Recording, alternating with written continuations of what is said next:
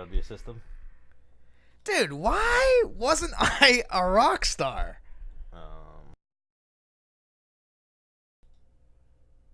What'd you say? Why weren't you? Why wasn't I a rock star?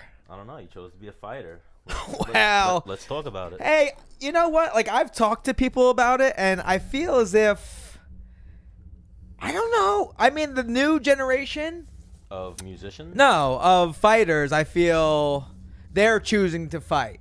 But us old school cats, I feel like fighting chose us. You didn't choose fighting. The No, I just happened to be good at it. Okay. Even though I didn't fight like growing up and such. But then, I noticed that in a lot of the interviews. A lot of people that you would think, like, oh, he definitely got into street fights. Nope. Remember, like, Puna, Junior Dos Santos. Junior Dos Santos had one street fighting story. Well, he's humongous. Why would anyone fight him? Yeah. I am much smaller. I guess so. So, like, generally, smaller guys have what's called problems. Napoleon syndrome. This is true. Would you say you have Napoleon syndrome? A little bit? Yeah, a little bit. I know we've talked about it before. You have, like, I guess you can call it body dysmorphia or sizing. You just size people up off their build, you know what I mean? Yeah, yeah. Like John Jones was actually saying it this week. They did, like, a media thing for UFC 239. He was like, I've never been threatened by a man's muscles. You know? Yeah, so he doesn't have it. No, he doesn't have. Well, he's huge. I mean, He's I'll fucking see a dude huge. with muscles. I'm like, He's fucking huge. well, though. no, I will anticipate the guy to be a badass, but doesn't mean I'm gonna like back down. Yeah. You So, know. how was your grappling match this weekend? Actually, awful. Awful. Yeah. I agree. You didn't really get to do anything. It was just butt scooting and. Well, no, not that. I weighed in on Thursday. Oh, we're talking about the health wise. Yeah. That was Then Thursday evening at about 6 p.m. Hershey squirts. Hardcore. Like, I was peeing out of my butthole every hour on the hour. And then this continued right till competition day, where I was like, man, I might pull out of this grappling match. Yeah. My stomach does not feel good. I laid on the couch until 5 p.m. Yeah, we talked about it. on competition day. You were pretty shot. And I was Not feeling it. No, not at all. But it was a 10-minute match, and then I found out that some of the matches were 6 minutes. So I spoke to the promoter, Matt Cully, and I was like, hey, man, can we do... Well, actually, I had you do it. Yeah. I had Stan go talk to the promoter and ask him if I could do a 6-minute match because I did not want to poop myself or on my opponent. I didn't tell him that. I just told him you didn't feel good. Yeah. Well, hang on. How did my opponent gave me Imodium? Did he? Yes. Well, I maybe said an upset stomach, just wasn't up to it. Yeah, he was like, hey, man, thanks for taking the match. I said, yeah, no problem. He's like, just don't poop on me. I'm like, how the fuck do you know I had the shits? I definitely didn't tell him you had the shits. I just said you had an upset stomach, so. But he did good. He went out there and still performed. It was a boring match, though, as far as yeah, you guys so didn't he was super stingy with position, you know, and he was trying to do his thing. So he pulled guard, and I was like, okay, so so I like, you know, posted on his head a few times, circled around, tried to lift his ankle, squaring him up, and he was being very stingy, not letting me even work any of these positions. Yeah. So I, you know, in my wrestling stance, I said, hey, man, let's wrestle a little bit.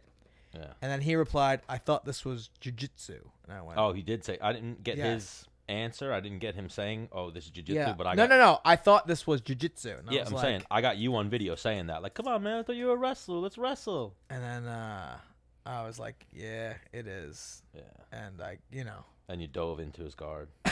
Well, I was trying to blast through it. I don't Yeah. know. Trying to put on a show a little bit. Yeah. So it went to, so after 6 minutes Almost of entertaining. grappling with Adam Colling. Carlisle. Yeah. I believe his It name. went to a draw. Yeah. And he was experienced, too. Yeah, he was pretty good. Like, you know how it is. I wasn't going to be like, Dennis, this is what I know about the guy before the fight. I just told you. I think the kid could wrestle. The kid's decent. And then when I actually looked him up, he's like more experienced than his record shows. He's one of those type of people. You know, he's been training for a long time. His fights have actually been sporadic. Like, I think he has a fight from, like, 2009 or something. So he's been around for a minute. For sure. So that's one. He used to train with BJ Penn, he said. Oh, yeah? Yeah, he used to live in Hawaii. Oh, word. I didn't get the whole background, but I just know that. He said it at the post-fight, and I also know about it from reading about him. Post-fight? The post-fight, where they interviewed him. Oh, he got on the mic after me? Yeah, he got on the mic after you. Yeah, after I was on the mic, I was like, out of here. But how'd you feel during the match? Was your stomach... Well... Did it settle down? So, competition day, I drank half a bottle of water. I ate 4 bananas, and I probably ate 6 Imodium. So, with that being said, I did not poop for the next 2 days. Yeah. That works, though. You didn't poop during the match, so that's all that matters. that's what mattered. Are you going to do any more? I think so. We got to put one on. We got to get Frank together. And, Menace and The Man should put one on for sure. I want to have you wearing a suit, and then someone go up there like, I don't have an opponent, and then you're just going to jump up, and SRG Fashion is going to build you a custom suit that you could just rip off. Wow. Yeah, I said, I have. I know, what's his name did it once. Who's the crazy guy? Jeff Glover? He did it at like a EBI or a Polaris or something. Huh. But but he was scheduled to... No, he did it as a surprise. He was a color commentator. Oh. And he jumped up and was like, me? You guys want me? And then he ripped off his shit. And Bro, that was definitely premeditated. Oh, it was premeditated with the event. It wasn't premeditated as far as like the fans and the people in the audience. Yes. So Jeff Glover competing that day was a surprise. Got you. So we'll do a show and we'll have Menace competing as a surprise. For sure. That's the game plan. So you didn't watch any of the fights that went on? So I started a new job this week. So I actually, that's a lie. I had gone to the beach with Kyle Serm and Blonde Fighter. Gregor Gillespie came. I saw you went fishing with Gregor. Yeah, we threw out. I had a nibble, but we didn't catch anything. So really. So no, but we had a few. We had a few cervezas on La Playa. That's beach in Spanish. Yeah. And cervezas is beers in Spanish. And I was out at 10 a.m. and we came back at like 8 p.m. So I was pretty zapped. Yeah, you got baked in the sun, 100%. Yeah. That's what happens. So watching the fights, I was like, And yeah, sadly to report, Menace and The Man did not make it to Fred Fest. Ugh, next year. I'm more disappointed in you. Why in me? No, it was on you to go. It was on Menace and The Man to go. What was The Man going to do there by himself? I was invited. You then invited yourself and then did not go. No, Yes, you did. By the end of that interview, he would have invited both of us. No, he invited me. No, and he invited me numerous times through messages. Yes, he has. Listen back. I'll show you. No, I'm saying after the fact. Oh, yes. After I had already invited but the initial invite was you being like, hey, can I come too? No, me being like, hey, I'm coming. Yes, and then you didn't go. Well, Rob and the ladies I was hanging out with didn't want to head all the way up there. It was 39 minutes on GPS. You should have had this better planned. I did have it better planned. Me and Menace were going earlier, and then Menace, I knew you were going to get baked in the sun. You actually messaged me like Forever Fest later. I was like, yeah, if you're down. And you were like, yes. But then I knew you'd get baked in the sun. That's what happens.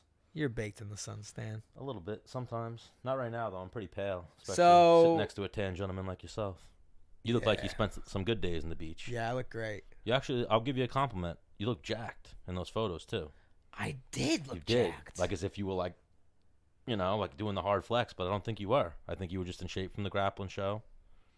And you didn't let yourself get out of shape. Like, how guys retire, you went like the Bisping route. You weren't training as much, but you were working out. Yes. Consistently. Yes. That's probably the number one goal. After being retired is get money, don't get fat. Yeah. Those are the goals. And by the Bisping route, I mean, I've heard Bisping still trains like he has fights.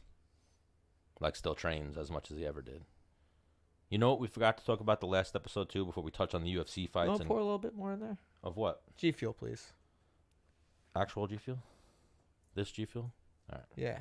No, the different flavor. Yeah, the other one, the blue one. Yeah. Bro, one of the things we didn't get to talk about was Chael Sonnen. Being retired. Everything.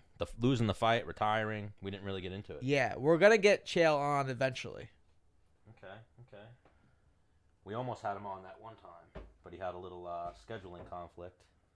But he's one of those guys, like, why I even wanted to talk about it, a lot of people were kind of like talking shit, if you will. Like Luke Thomas and some other journalists, Kevin Ioli, the guy from Yahoo. They all tried to throw some shade his way. And what were they saying? You know how people like the one guy called Chael the biggest drug cheat. Kevin Ioli called Chael the biggest drug cheat of all time, of like MMA history. And then the other dude was meaning like, what?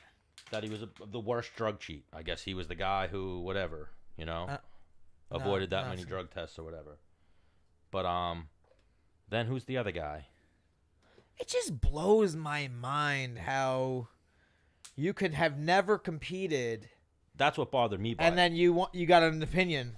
Not even never competed, never trained, never was alongside a guy who like fought at that level. You know what I mean? Like it's one thing if you're training in a fucking garage, If you're training like alongside these guys, or you're training with these guys, and then you hear people say dumb shit. Like Luke Thomas was like, Chael wasn't great, Chael was good. And then Chael made a video like spot on Chael and was like 13 of my last fights were against former world champions, all of course 3 different weight classes. I won 8 of them. What do you define as a great fighter? I would say Chael was a great fighter. Yeah. If you look at his whole career, yes. And you look at like his longevity, you look at the people he actually beat. He beat great fighters. So what makes a great fighter? Beating a great fighter, no? Being in the game that long. Well, for a lot of people to be great, you must be champion. Chael was technically, not technically, but he should have been champion. He should have been a WEC champion back in the day. Right. I don't know if you remember that fight. Shoulda, coulda, would. I mean. But also, what about being ranked? Are you a great fighter if you're ranked number 1 at your weight class for a few years? I would say so. Yeah, I would say top 10. You're a pretty great fighter. No? Yeah. I don't consider myself to be a great fighter though. But people I'm also very I think people would critical on myself. Yeah. I think people would consider you to be a great fighter. You hold the most takedowns amongst featherweights in featherweight history. Right. Like on paper, like even if you don't think it, you're one of the best featherweights in UFC history. You're not? No, I don't. You'd have to be. Who else would there, Right. You'd name 30 guys maybe. You could possibly be in that 30. For sure. You know what I mean? I don't know. I always tried to improve while I was competing. Yeah. Never got complacent. Like, you know what? Well, I'm number 6 in the world. That's good enough. And now, UFC we'll touch on real quick. But Go on. Big props to Chael. Congratulations on your retirement. Win or lose, Yeah. Chael's I think he's an icon in the sport. That's what I'm saying. Yeah. I think he was a great fighter, and I think he's an icon in the sport that, like, a guy like Kevin Ioli, Luke Thomas, all guys with bigger shows than us, but they shouldn't be saying shit. Yeah. You know what I mean? Like, how the fuck who listens to them? A lot of people. I know, but it's fucking crazy. Yeah. Like, Luke Thomas seems like a nice guy, but he's a fucking jerk-off. I have no other way to put it. Like, everything I watch when he talks some shit, he talks a lot of shit on fighters. Yeah. And then makes it like, remember he had Ali on that time. He's very passive-aggressive. Yeah, you said that, yeah. And then he'll, like, ask a dickhead question and then butter you up by complimenting you. Like, Dennis, remember when Korean Zombie knocked you out? But you got nice calves. You got nice legs, you're like jacked. So, like, how did it happen? Yeah. He'll kind of distract you with, it's like a term, like, I'm sure there's a psychologist phrase for it, you know what I mean? It's almost like a distraction, if you will, like a magic trick or some shit. Yeah, you're right. But anyway, the UFC, going to Korean Zombie. Right. Korean Zombie smoked Renato Moicano. You know that fella? No, I almost fought him at one. Like, he was on my radar to fight. Okay. He got presented to me with some other guys, but they wanted me to fight him Brazil versus fight, I think, Rick Glenn in Idaho. I was like, I'll go to Idaho. You would go to Idaho? Well, I mean, in terms of flying my corner and stuff like that, it was cheaper. And I hear nightmares about fighting in Brazil in terms of getting food and, you know, you can't walk the streets at night. Not that I'm out walking the streets, but just. Well, now there have been numerous reports of fighters even getting robbed in Brazil. Yeah. They don't give a fuck. Yeah. The favelas and shit. Yeah, I know. I would like to go to Brazil in my lifetime. I just don't want to be there areas. Cutting weight and. Yeah. And then even remember the Olympics went there, and people were getting robbed. Right. Like you go on YouTube, there's videos of people walking down the street. Yeah, that's right. Craziness. So we got some people in the chat. Back to Korean Zombie. Our boy who dropped you. Yeah, we're gonna get you your G Fuel who dropped. I'll message you tonight. Someone agrees that Luke Thomas is a smug prick, and then who dropped you wrote, I watched that zombie Menace fight again. Crazy how many bombs and crisp Dennis boxing looked in that fight. I agree. Yeah, I was really texting him up, and I remember my manager after the fight was like, "Man, this is looking great. Like this is gonna be a long night for Korean Zombie," and then slip. Yeah. But I wasn't out. I was ready to go. Yeah, whatever. We've talked about that before. No, but you call it well. That's even to touch on the Moicano fight. He kind of flashed Moicano real quick. Oh yeah. But then on the way down, he hit Moicano with another one. So he he slept him though for sure. No, but TKO'd him, but didn't knock him out. But it was a good stoppage. But he dropped him and then immediately followed up, and then it wasn't like Yeah, he's very good. Like for example, when he dropped me.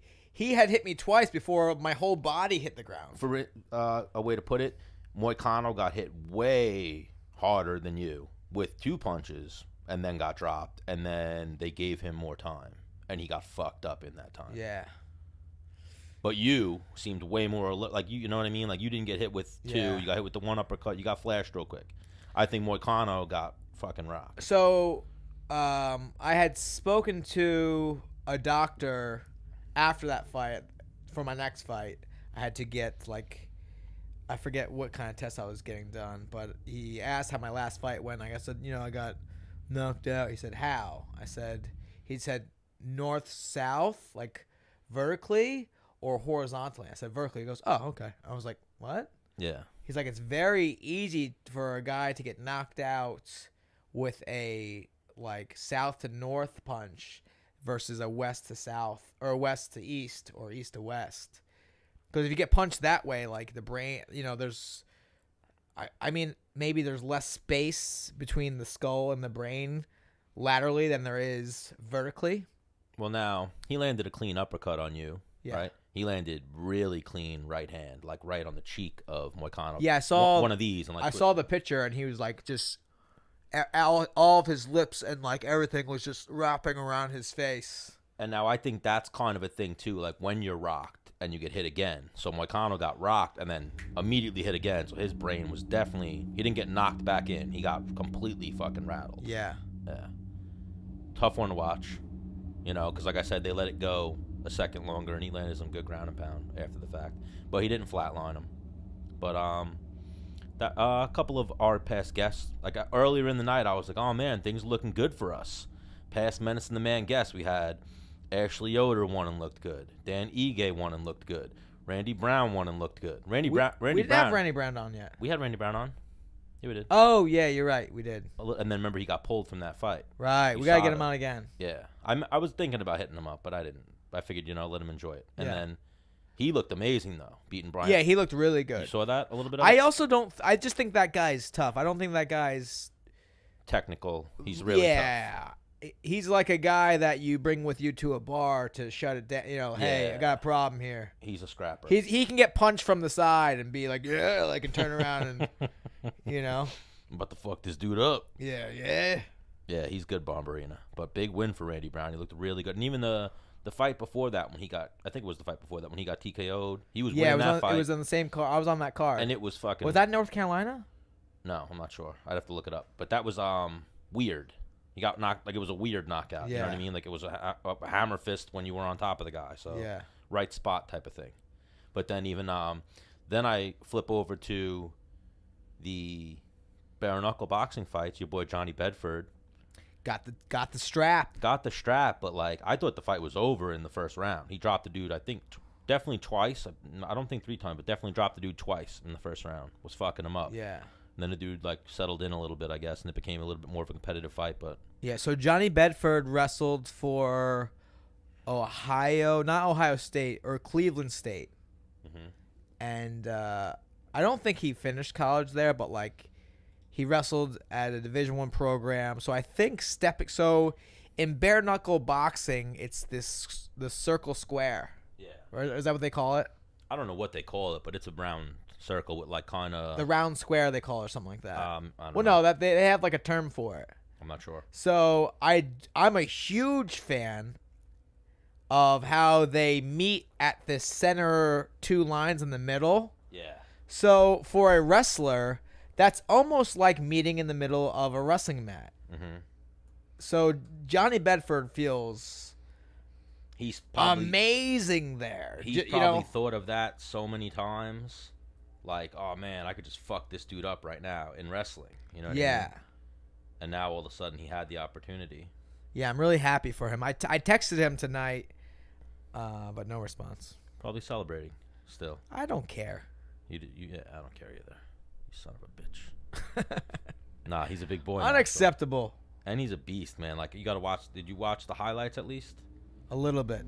Yeah, he did his patented arms down, like, let's go, let's get in the center. Yeah. He's a bully. He's legit a bully. Yeah, he fucked that dude up, though. He looked really good in winning. And then what was the other one? Paulie. Then that's what I'm saying. So we were 4-0 in the night of past guests. And then I'm like, oh, man, Paulie's going to I think he's going to fuck up Artem. And then it just didn't. Well, I think with the circumstances that he broke his hand. Yeah. I think if he doesn't break his hand, I think he'd win that fight, hands down. I mean, like I said, when I was watching it, I thought Paulie was landing more shots, but it was Artem having him backpedaling and landing like, you know. So in bare knuckle boxing, is dirty boxing legal? Yes, as long as you keep throwing punches. Right. So which Paulie is not used to. No. And Artem is, all of his UFC fights included that at some point. He actually did pretty well, Paulie, in like defending the clinch and battling in the clinch and pummeling and whatnot, and not taking any big damage. Yeah. So I was impressed by that. I heard before the fight that he like worked with Ray Longo and shit. And word? That's what they said. And then he did some like some MMA training, if you will, to prepare for it. Nice. Knowing that that's what it would be. Yeah, his hand was humongous. Pretty gross. Broke that sucker. So now he said the one he's broken like 4 times. Yeah. Had surgery on it 4 times. I don't know how many times he's broken it. And then the other one just looked like fucking a glove. Right? Like you blow up a glove. Yeah. His shit was fucked up. Yeah, doctor's glove. Yeah. But he landed some good shots, but what's his name? Ate him. Did you feel like, I mean, you didn't... Yeah, it's funny because I looked at pictures, you know, and every punch that Paulie's hitting Artem with, Artem's got his head forward and his, like, hands by his hips, you know, and just taking it, you know? Oh, he was just winging shots. But that's what won him the fight, was the fact that he was just marching forward, not stopping, throwing wild hooks. You never got offered him, right? I know he was always beneath you, but I figured the UFC always kind of gave him to name fighters, if you will. Jay's calling me. Do we put him on? Yep. Where's the, right there on the floor. My younger brother's calling me right now. We're going to talk to him for a few. Yeah. Yo, what's up, Jay? Yo, what's up, Jay? Jay Bermudez, welcome to Menace and The Man. You're on the show, Jay. See, how do I know that's true? Stan, say it again. I said, welcome to Menace and The Man. Jay, you can't hear me? I sure can hear you. Oh, why is Jay so low? Is your phone maybe low? Yeah. There you go. How are you, Jay? I'm doing good. How are you, Stan? We're being joined by my younger brother and Hawaii now native, Jay Bermudez. I would not call myself a Hawaii native, but yes, I do live in Hawaii resident. Sorry. Resident. There you go. Yeah. Yeah. People here in Hawaii would get pissed if I said I was a Hawaii native. So oh yeah. Definitely throw that disclaimer out there. not a Hawaii native, Hawaii resident. Now, with your skin color, do you get away with a lot of things because people think you're Hawaiian, no? I do. I don't want to say Hawaiian, but they think I'm like, they call it a hapa or like a hapa haole. Like I could be maybe half Hawaiian. So okay. Yeah, often people think I'm local from here, until I talk. Right. They usually have. Yeah. Do you have? I just watched Joe Coy's stand up and he did it in Hawaii, and he's got a pretty good Hawaiian accent, I think. Do you have a Hawaiian accent? Like, let's say you were trying to convince me you're Hawaiian. Do you have a way you would talk that would sell or no? I couldn't sell it because if I did it, it'd be like. Let's hear it. I'm making fun of them. Let's hear your best Hawaiian. Like, hey, what up, brah? I can't even. I mean, that's essentially what it is. I can't even. Yeah. You want to hear Stan's? What's up, brah? What's up, brah? Nah, that's like California West Coast. I was shooting for Hawaiian. I just know that they challenge people to street fights No, if they're you like- eyeball them. They're like, do you know drive to work today? What? Like, yeah, they skip certain words, they kind of drag stuff out, and yeah, So now where They say A a lot, right? they say yeah almost after everything. Like, are you gonna grab lunch? Yeah. So how long you been in Hawaii, Jay? I've been here just over a year this month. Yeah, now Menace just started that job, so it's going to be a minute till he gets a little vacation time.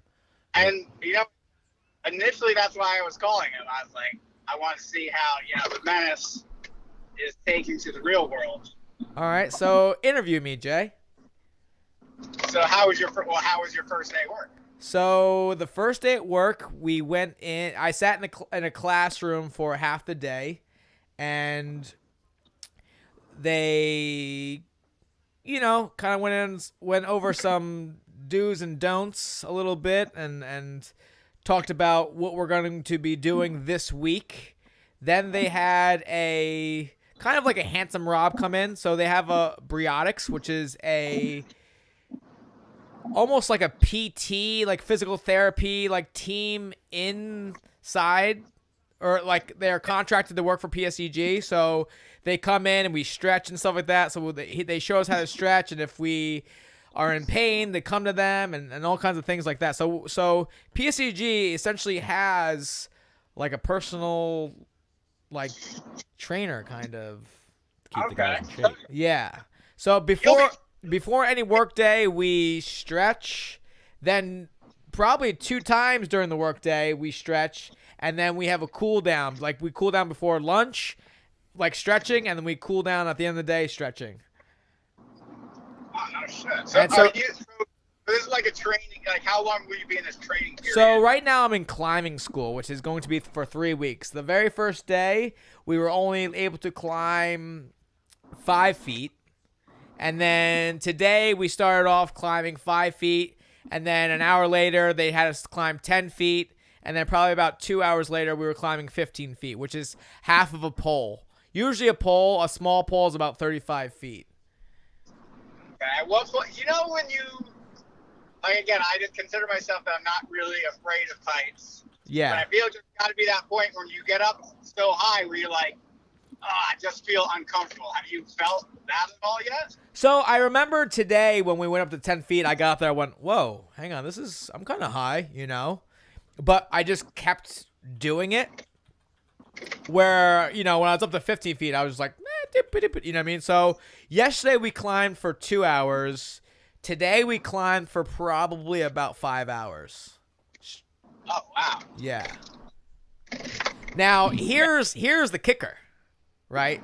So it's, today was about 80, yesterday or about the same. We have to wear, full jeans, a long sleeve t-shirt, and then over all of that, you have to put on, like, the Carhartt, like, overalls? Yeah.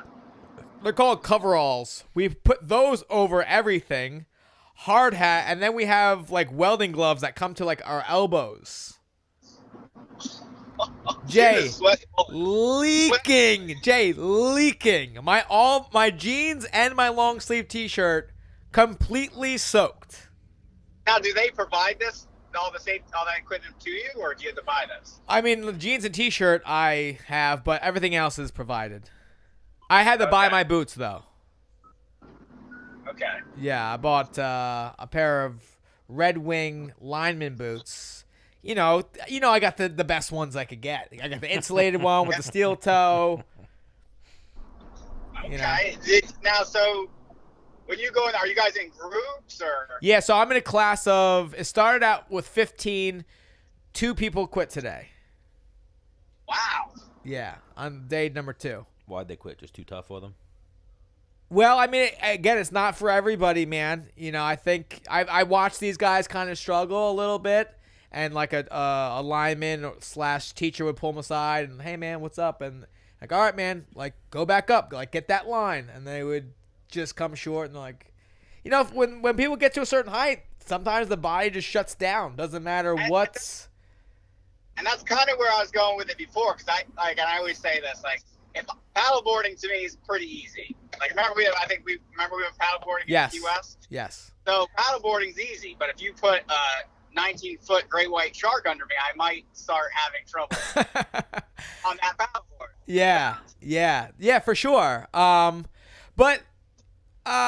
So we've been getting so many reps because on the very first day I was going up 5 feet, you know, and I did it, I don't know, probably like 100 times, seriously, you know, and it's just getting your technique down, you know, and then on that day I was like, I could climb the highest pole in this yard. I'll climb that 75-foot pole, you know, but had they let me do that first day, I might have gotten up there and went, whoa, what the, this is, you know. But now we went up to 15. Tomorrow we'll climb the full 135-pound or 35-foot pole. Okay. So what do they call it? Crawl, walk, run, right?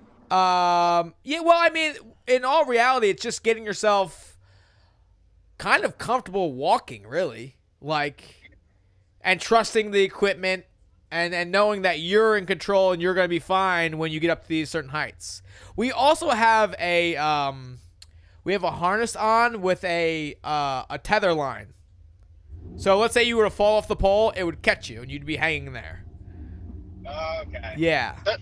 They must preach, like, again, like you said, this is kind of a walk thing, not necessarily a run thing, because they're always probably preaching safety and you know, not complacent, right? Yeah. So you know me, I'm an animal. So I'm probably, if not the best guy in the class, at least second best. Because there's a guy that came over, he was a contractor lineman, and he came over to PSEG because, you know, it's a better company to work for, and pretty much essentially had to start over. So he had 1 year as a contractor of climbing, and then he just came over. Okay, so when you first walk into this, again, it takes 10 seconds for you to judge somebody. How many of these people would you say in your class, you're like, nah, won't like this guy. We might get along with this guy, or maybe we have something in common, or don't have something in common? I can almost find the good in anybody, I feel. You know? Are you looking for athletes or somebody that, like, funny? I mean, I actually love the one teacher / trainer. He's really funny. I forget what he said. Oh, one guy fell off. Or no, he was at the end of the climb, like at the bottom, and he kind of fell off. He's like, Devin, stop being fancy. Just get down the normal way. Even though the guy totally messed up and fell off the pole. that's funny. Yeah. So, no, but man, just hydration super big since we're sweating so much. And then I climbed up to the 10-foot point and then back down in 8 seconds. Fastest in your class? Well, I mean, we weren't. I just had one guy, one of the linemen that was teaching us. I was like, hey, man, I want to try to kind of do this fast. Like, you want to time me? He's like, all right. So, Stan, when you try to get us, like, Dennis used to do this shit to me all the time when I was younger. And if he wanted me to get something, he would just all of a sudden make it a competition for me. You know, if he just said, hey, can you go grab this from my car? Like, who wants to go do that? Then he'd throw out, I'll time you. Oh, So for sure. Yeah, I'd be like, Jay, can you give me some chips? He'd be like, get the chips yourself. I'm like, Jay, I'll time you. That's what I asked Like, him. on you the car ready? ride. Like, you're All going to right, start perfect. counting right now? Yeah. Well, that's what I was asking Dennis earlier. I was like, so when you're going against all these other guys in your group, is it a competition for you? And he was like, not really. And then I was like, man, imagine what it's And like. he's lying. 100%. Million He's percent. Million percent. And then I was saying, imagine what it's like to be these average guys, and in your group gets thrown a professional athlete, and it's a competition of, like, physicality. Yeah. Well, I mean, we're trying to master the technique so we're safe, you know?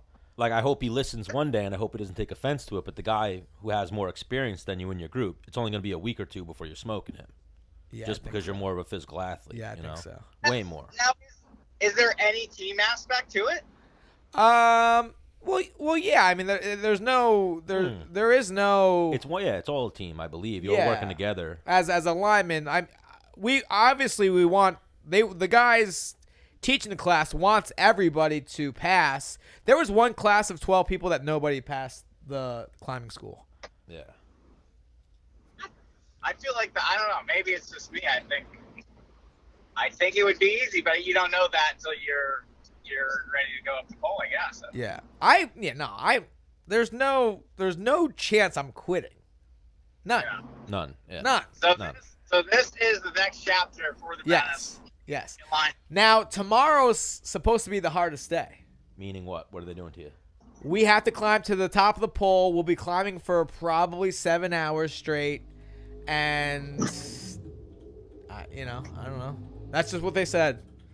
Wednesday is generally the hardest day. And then on Friday, we have to climb to the top of the pole and back down in under a minute 30. So your boy's going to try and set some records.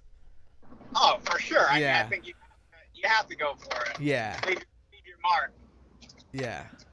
I think every time you're trying to set a record. No, once you get Well, the I grip, mean, so- once you get the grip in your head, you're like, all right. Well, going there's for the not record. there's 12 poles, and every guy's just kind of just at their own pace climbing up and down the poles, and there's probably 5 or 6 linemen / trainers kind of going around and trying to make sure you're doing things correctly or pointing things out, Yeah. I have something I want to bring up. So everyone I watch videos or depending on the training, they always show videos of accidents. Did they get to show you people getting exploded off the line? Or No, yeah. No, they didn't. So this morning it was raining. So we actually we climbed for about 5 to 10 minutes this morning, and then it started raining. So we went inside. We essentially did a Q&A in the classroom, and then we broke for lunch, and then after lunch we broke for coffee. They gave us about 45 minutes to break for coffee. And they were talking about, don't go and get yourself a Hungry Man because I don't want to see that stuff if you guys throw up. And if you do get food, make sure you chew it. The front teeth are for tearing. The back teeth are for grinding, all right? Make sure you chew your food, So they were talking about egg sandwiches, so that's what I went and got. Oh, you went and got the egg sandwich. Yeah. You like to live dangerously. Hang on, dude. I would eat an egg sandwich and then go in and spar. Yeah. So climbing a damn pole is... But also, yeah, you know your body, you know nutrition a little bit. You know it's not the worst thing for you. Go on, Jay. I just rarely have I thrown up. I don't know that I've ever thrown up after... Due to working out. Yeah. Or heat. So, yeah. One of our, we do CrossFit on base, and, the workouts they're pretty tough. Yeah. You're going 100% the whole time through. And when the app you enter your workouts in, put in what workout your times just so you can track, how you're doing. And at the end of it, who the whole gym can see, they asked if you puked. And I always thought that was kind of a weird thing to throw in there. The app asks you if you puked? Yeah, so it's like, wow. this workout makes you puke. And I'm like, I always thought that was so weird. I'm like, yeah. Well, some weirdo CrossFit guy that created the workout probably is, getting off to that. Like, my workout made 72 people throw up this week. Maybe. I mean, the guy who created CrossFit is actually a Navy SEAL. Is he really? Maybe, yeah. Now, did they water that shit down? Because I would think a Navy SEAL is working out better than that. Have you done these workouts? I've seen CrossFit. I used to do strength. No, not anymore. I used to do strength to performance, and we used to always joke about. Let me throw a disclaimer out there. I am not a CrossFit guy. I'm not very knowledgeable. I just started He does it to make his wife happy. She does it. She enjoys it. Well, a lot of CrossFit. I don't even work out with 3, actually. We have a CrossFit affiliate on base, and it's free. If we would have had Rob on last week, sometimes a lot of CrossFit can be like herky-jerky motions that can actually fuck you up. Well, it's when you're doing it. It's when you're sprinting, doing an Olympic lift that is a very controlled workout. That's when you get people hurt. Give them crap because, and to be a coach, it's 2-day course to be a level 1 coach. Yeah. But Stan, I think you found your next calling. Is what? Oh, to be a CrossFit coach? Yep, 2 days, dude. A lot of people fail it. A lot of people do fail it. But you gonna say Stan's gonna fail, Jay? What the fuck, Jay? Well, the test apparently is pretty tough. I'm gonna move to Hawaii and become yours and your wife's CrossFit coach. All right. I'm in the process. I'm in the process now of getting back in shape, but I'm not gonna do CrossFit. I'm gonna do my own workouts, train a little bit in Menace Cave. Maybe go on, bro. The best was we had Rob. It's bra. When Jay's on the line, it's bra. So Rob. You ever see Rob, brah? Menace's grappling, strength and conditioning coach. Yeah. Yeah. So we had Rob on last week, and I actually went to the gym with Menace like a couple days ago, and I walked in before Menace. And when Rob was on, we were talking about how one day I might show up and start working out with Rob again. And Rob thought that was the day. He was like, "Oh my God, you're here to work out." I was like, "Nah, Dennis made me come." Hold on. First of all, I don't know. Maybe you cleaned it up, but I'm watching one of Dennis's Snapchats, or Instagram, whatever it was, and he's running. He ran to your house. Oh yeah. Bro, what's going on in there? I feel like when you see somebody's car or their house, that could be a direct representative of that, what maybe that person's going through right there. I think you got to get some stuff straightened out first before now you're going to take care of yourself. It's a lot of laundry in my apartment. Jay. And then Jay. Wait. And what happened that made that video even look weird is when I broke my leg 2 years ago, I moved my bed into my living room and I moved my couch over. So I took apart my apartment. So I have a whole room on the other side that's just empty. Okay, I didn't know what was going on in there. I was like, Jay, ready for this? He brings girls into that dungeon, right? Slays them, and then they come back. Well, wait, you've been there. It could be a nice apartment. Yes. If I put it together right. It's just shit and everywhere. Then he was like, I was like, Stan, I will help you clean this place. I think you'll feel much better about yourself and just life. And he was like, no, man, I'll just have one of these girls that come over and do it for me. Wow. But he hasn't made one do it yet. Well, the thing is, if he or something down there to be getting them come back, clean your place for you. You know what it is? It's it's a lot of clothes. It's a lot of clothes. I can't fold my laundry. Retire them. No, they're all good clothes. Or literally, it's a huge pile on my couch of clean clothes. Then your bedroom is a walk-in closet that you can't walk into. Yeah, with dirty clothes on the floor. Yeah.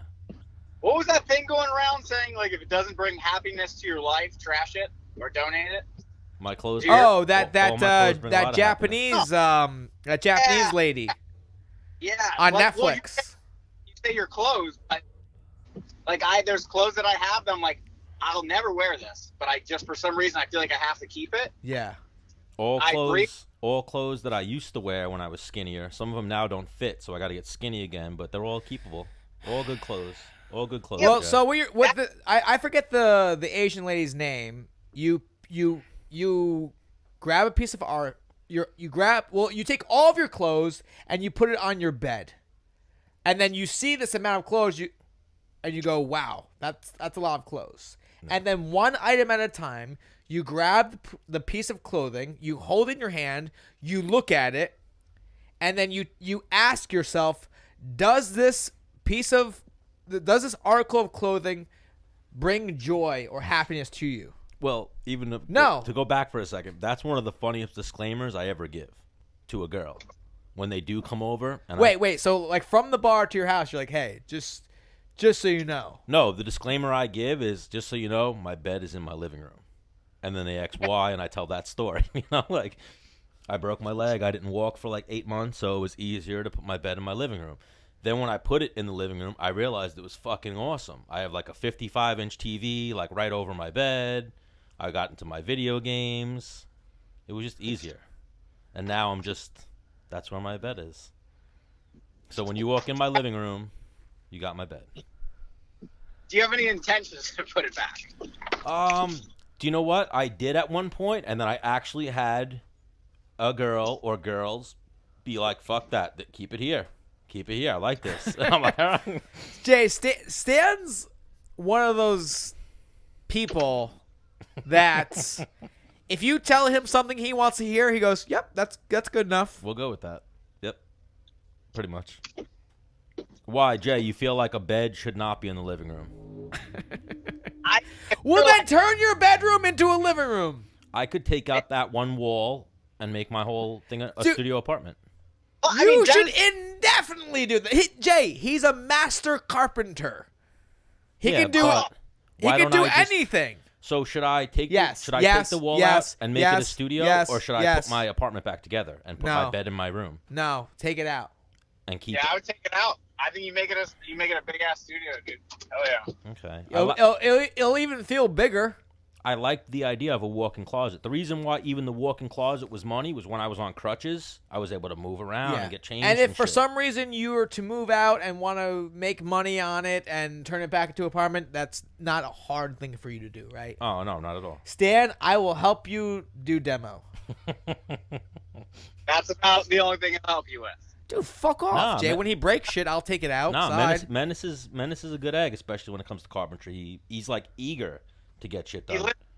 He listens well, I think. Yeah, you didn't see those videos of us redoing the Menace cave? Oh, bruh. I did. And I was like, Stan must be doing all of this. I don't know. No, Menace did a good amount. Yeah, dude. He surprised me. And I fed him the whole time. Did he buy a fucking beer? Yep. Tool belt? No tool belt. But I have a pretty good little toolbox. A little tool collection. Yeah. He has some handy tools. He knows what he's doing there. Yeah, Stan uses a few more tools. Yeah. No bigs. And no, we crushed it. You know how it is, brah. Yep. You know how you Bermudez boys get down. Now wait, Jay, we're about to get into Jay Palmer, so we got a few more minutes. But did you listen to our episode with AB? I have to go back and listen to it. I've been my God. You're the worst brother. Hold on, before you guys get rid of me, I also was calling Dennis to get an opinion. Okay. I got hit by a drunk driver over the weekend. Wow. Sue him. Yeah. So, anyways, I got hit by a drunk driver. I was driving home. The Ram? No, Breeze car. Okay. The Ram's indestructible, so that would have just really destroyed the other car. So, I'm driving. So, for the listeners, your wife has a 2017 Volkswagen Passat. Okay. R-Line. Okay. So we're driving, then I freaking just get, again, the speed limit's 55 and get pretty much just destroyed from behind. Like, you know me, maintain control, no problem. The guy continues going. Like, it doesn't just pull over me. So I am like, Bree, get this license plate, like, record this, like, get a picture. I'm riding his ass, like, beeping the horn, flashing the lights. Like, eventually he pulls over. Okay. So he pulls over, and keep in mind, it's like almost 1 a.m. Have you guys been drinking? I have not. I was eating. Okay. So I had about 95 waters and had to piss so bad. So you're angry. Go on. Oh, dude. So and again, it's late, so nobody gets out of the car. And I was like, if I hit somebody, I'm getting out of the car. Like, yeah, are you guys okay? instantly. Like, I'm super sorry. Nothing. He merged into you. He T-boned you. More merge. Yeah. Okay. So the damage was all done to the driver's side, like rear quarter. Got you. Yeah. Wow. So, he merged in. Like it's one thing if like he was in front of you trying to get over and kind of like just misjudged that you were there. He just drove into the back of your car. No. Yeah. Wow. Essentially, and I was doing 55, and for him to cause that, yeah. Well, wait, you're good, right? Health-wise, did you get fucked up at all? Yeah. No, not at all. So, and then another truck pulls over in front of him. So I'm like watching what the hell is going on here. So eventually I'm like, all right, Bree, call the police. Like, we're going to have to get a police report. Plus, I don't know what the hell's going on here. Nobody's getting out of the cars. I'm going to go figure this out. So I get out of the car and start walking to the passenger side of the guy who hit me. He's driving a Honda CRV, and he still doesn't get out.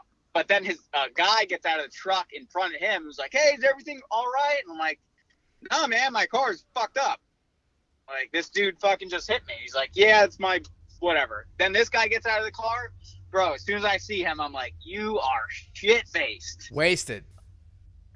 Bro, wasted. He still has the beer bracelet on. Oh, yikes. Yeah, so he's like, he was super, like, yeah, he was cool. He's like, "Dude, I'm so sorry. Like, my bad. Like, I was like, you have insurance? Like, a picture of that shit, like, so I can get that process going." And then his buddy's like, "Dude, you're fucked. You're going to jail." He's like, oh, he's just stressing out now. And I was like, listen, I don't give a fuck what you guys do, who's driving or what. Because, dude, I didn't even want a police report. Right. You don't want to get the guy a Dewey. You just want him to pay for your fucking car. Exactly. Right. So, but Bree, keep in mind, when the guy didn't pull over right away, she's in the car still. Right. So Bree's already on the phone with them. Okay. So they're already she's already telling them we're in an accident, H2, like, they're on their way. So, like, get out of here, dude. Well, so they're trying to, and I told him, I was like, "Hey, man, my wife already called them. Like, I'm taking the picture." So he doesn't hand me a license. It's like it's just an ID. Okay. Or no, I think it was a license, but when the police were running it, it wasn't even like he lost it like 3 years ago. Oh, yikes. And he wasn't on the registration he gave me. Wasn't valid.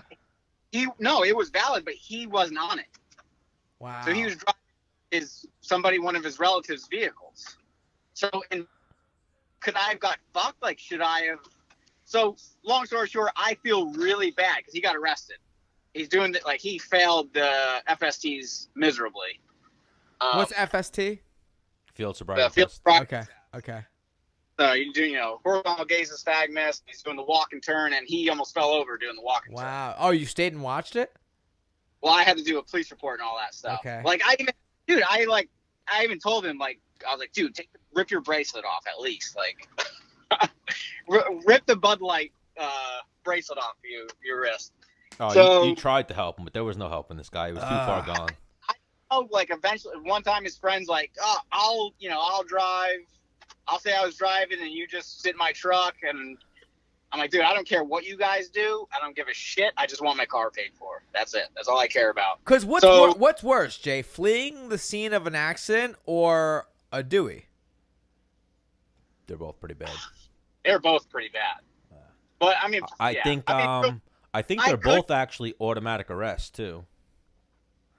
Yeah, I would think. Yeah, but do you lose your license from? I think you lose your license from both. I think you have. Actually, no. I think you definitely lose your license from a DUI or a DUI. I'd have to. Yeah, but he's not even on the registration of the car. But you can get some. He's not even on the registration of the car. If you just fucking leave, if he just left and we're just like, "Well, I don't."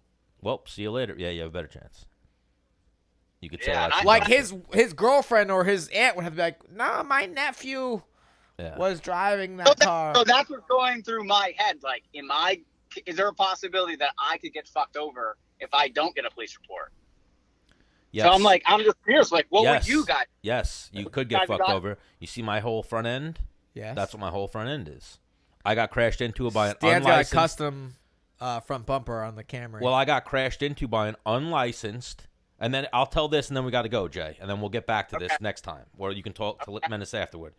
I got crashed into by an unlicensed Jamaican girl, and she was cute, and then oh gosh, sucker over here. No, she like crashed into me, and then hopped out, and immediately was like, "I have no license." The car. Put the accent in there.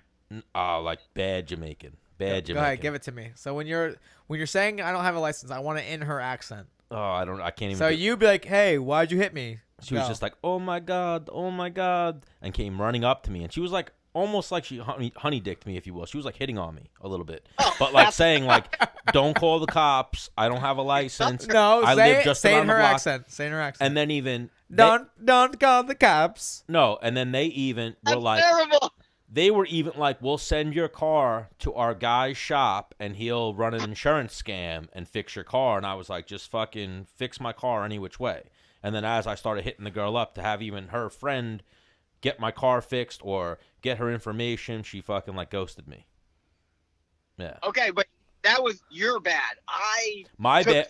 Oh no, my bad. But like I said, I should have got a police report. You have a certain timeline when you can go and file it after a car accident. It's not right. But I'm saying if I have a picture of his license, I have a picture of his registration, I have a picture of the accident, do I need a police report? Like, should I have? I have his address. I could have went to his fucker's house, I called. Oh, you're saying just go through insurance? Oh my god, no! I had all her shit. I tried to go through everything. Okay. Yeah. All right, you're making me feel a lot better because I felt really bad that I got this dude. Well, he got himself arrested. Yeah. Well, no, I could have got that girl arrested, or at least in trouble, and I chose to be the better man or bigger man. Was she drunk? No, she was completely sober. Yeah, so you can't get her arrested. No, driving without a license could have got in trouble. Yeah, she would have got. Me and Jay's older brother he drove for probably 10 years without a license. I drove until... I called Dennis, I called Dean initially, because I was like, he'll tell me the truth, whether I was a dick or not. And what'd he say? He was on my side. He's like, yeah, yes, fuck him. I drove for a good time without a license as well. Even when I lived in Florida for years. It's not about you, Stan. We're talking to Jay right now. I'm just saying, we got to get rid of Jay and get to Lance Palmer. Right. We love All you, right. Jay. We love you, Jay Bird. You're the man. Bye, Jay. I'll talk to you soon. All right. Love you, Later. Jay. Love you, bud. Love you. Later. Was that Jay Bird's first appearance on Menace and The Man? I think so. Ooh, really stuck in there. Yeah. You got a tight phone. Yeah, I've been told that. Have you? Yeah. Let's try Lance Palmer real quick. Yeah.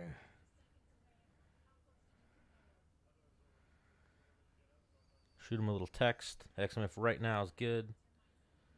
We're a few minutes late, but we're going to tell him we were listening to his brother. We were listening to Jay Bird's car accident.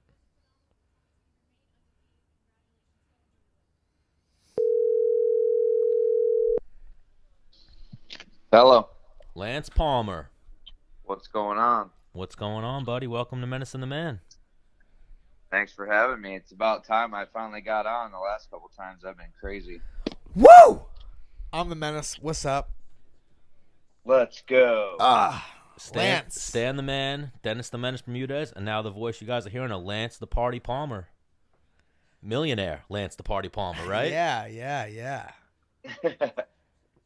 Ballin'. Lance, what's the first thing you bought after you won the million last season of the first PFL? The very first thing I did actually was refinance my house, and I put some more money down on my house to get a good rate. But that was like the first thing I decided to do with it. And then the only toy I bought with it was the Hellcat. The Hellcat Red Eye. Red Eye? Is this a special edition? Yeah, it came stock with 797 instead of the regular 707. Yeah. Damn. But now it's like 1,000 some horsepower. I had a bunch of So you essentially have a demon. Yeah, pretty much. I have, because the demons were like stock with 840 or something. So I could smoke some stock demons right now with it. Oh my gosh, dude! I love cars. Big Dude, car I've guy. always loved them, but I couldn't afford them. So Right. Because the thing is, you get a dope car as soon as you buy it. It goes down in value, and then Oh, yeah. unless you put it in a garage for fucking 40 years, you're not making your money back on it. Or if it's a classic or an antique. Like I said, if you put it in a garage for 40 years, Well, that's what I'm saying. Well, when you buy a car brand new, it goes down in value. You could buy a car 25 years or older, and it'd be worth what you paid for.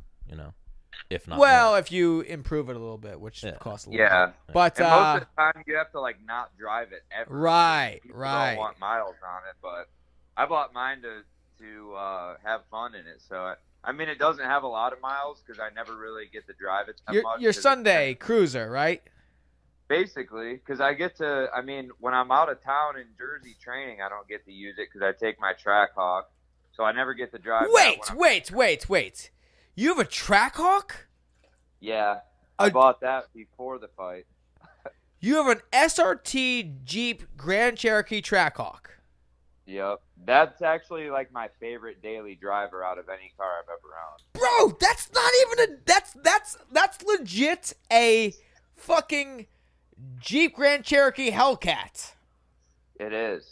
Mine right now. I have about 800 horsepower in it, but they're bro, and it's your daily driver.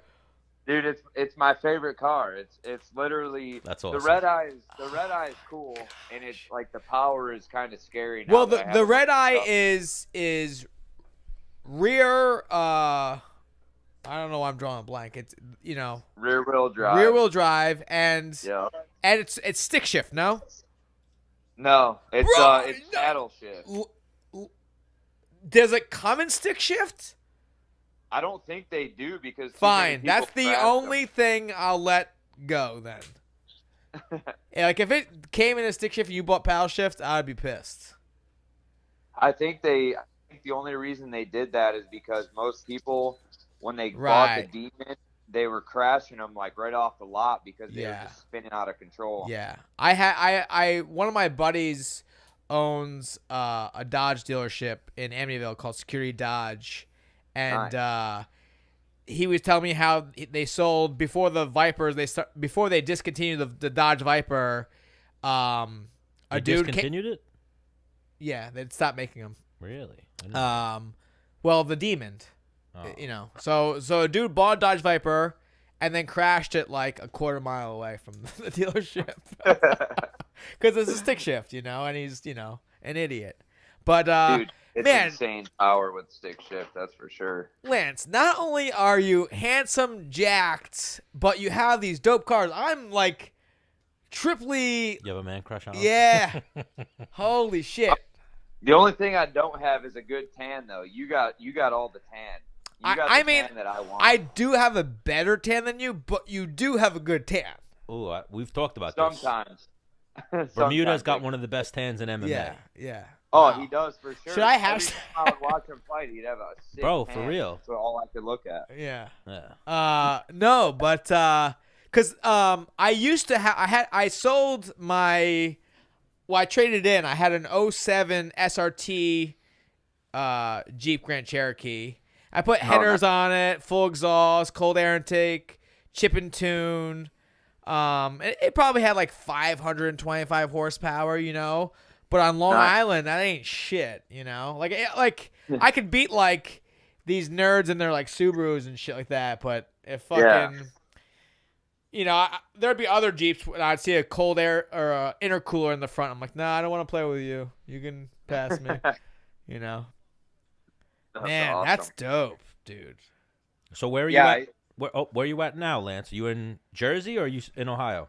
Yep, I'm in Tom's River right now. I'm about a little more than 4 weeks out from my next fight, so I'm out here training right now. But I was back home. I own a landscape snow removal and hardscape company. So we're actually doing a patio for one of my buddies who doesn't live in Columbus all the time, but he plays for the Steelers, and he had a patio put in his backyard. So I wanted to make sure I was there for all that, and we just got it finished last Friday. So I'm kind of I was trying to rush to get that done before I came back to camp. Yeah, I saw that. You had the I'm drawing a blank for what it's called. It's like a stand-on bobcat. Oh yeah, like I think they call that one like a skid steer or some shit. It's sort of like a skid steer. They called it a dingo for some reason. I don't know why it's called a dingo, but because believe it or not, well, I mean, I think it's easy to believe, but I used to do landscaping. Oh, really? Yeah, dude, I did landscaping for about 4 years. I enjoy owning the business and being a part of it, but really the money is in the hardscaping, like the paver jobs and retaining walls. But yeah, the only problem is my guys don't have the knowledge to do it, and I've only done a few on my own, but I have a buddy who has 20 years of experience. He owns a multi-million-dollar hardscape company in Columbus, so he's kind of taken me under his wing to help me with it, and we've kind of partnered up on a couple jobs. So that's cool, but I mean, it's tough. It's tough to kind of get the tricks of the trade when you're first starting out, but I enjoy that way more than like the landscaping and tree planting and all that stuff. Right. Yeah, hardscaping is it's very weird because it's very rewarding when you're done with the project. Because you go there, you look at what they want done. Like, yeah, I want a hill over there, I want a pond over there, I want, this level, and you're looking at it, It's art. Yeah, and you're looking and you're like, man, I don't. Okay, like we could definitely do it. It's gonna take some time. It's gonna cost you this much. Like, I don't care. And you're like, yes, I like that. And then once you're done with it, after your sweat and tears, if you will, you're like, I did that. Well, even Lance, like we spoke about in the beginning, you said it's been taking forever to get you on the show. That's why I didn't harass you, because you said you had a big job going on. Then I watch your social media.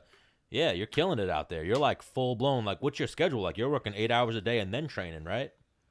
Well, when I was on that patio job, I was up at like 6:30 and I wasn't getting home till like 8:30 at night. Yikes. So, I mean, it was long days because it was there's a town like right in Columbus. It's like south of downtown called German Village, and these houses are like literally 39 inches apart. And I know that because I had to measure how tight it would be to get that dingo in between the houses to get back there. Yeah.